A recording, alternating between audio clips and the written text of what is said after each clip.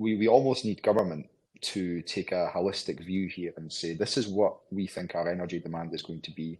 Here is where it's going to come from, and this is how we're going to do it through, and hopefully a green industrial strategy. There's a huge bounty to be had here. I don't think it's unfair to call it a green renewables gold rush, because it is. The United States are obviously aware of this with the perhaps poorly titled IRA, the Inflation Reduction Act. The EU's responding in kind. We know that China and India are putting huge investment into battery technology. We know that Japan's seeking to do likewise. If we don't get on the pathway to securing these technologies, then we'll get left behind. And what happens at that point, if in particular you have an early shutdown of the North Sea, as I think is Labour's policy now, is you end up in a situation where the people who work there, who can deliver that change, who can deliver the investment, who can deliver that security of supply for decades, centuries to come, they go and get jobs elsewhere, and then you lose everything.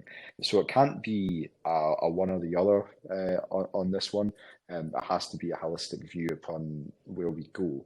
And I think the government can get itself to that point. I think the Scottish government will hopefully get itself to that point.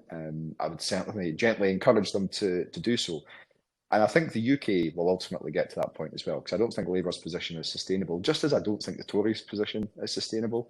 You know, when they're saying, oh, we'll bleed it dry, we'll get every last drop out, like even industry knows that's not going to happen. So there is a middle ground here, but that middle ground needs to be focused on climate, and it needs to be focused on energy security. And I think we can do this in a sensible, pragmatic way, which reaps the economic benefits for households in Scotland, and ultimately, hopefully, provides them with not just sustainable, cheaper energy bills, which is what we want to see, but also gives, this is a crucial point when it comes to economic growth, it gives businesses in Scotland the ability to tap into cheap energy and to provide that competitive advantage, particularly for your big data centres and the like, which are going to rule the world in the years to come, if all the AI predictions are to be taken at heart. So there's huge opportunities, and we need to tap into it.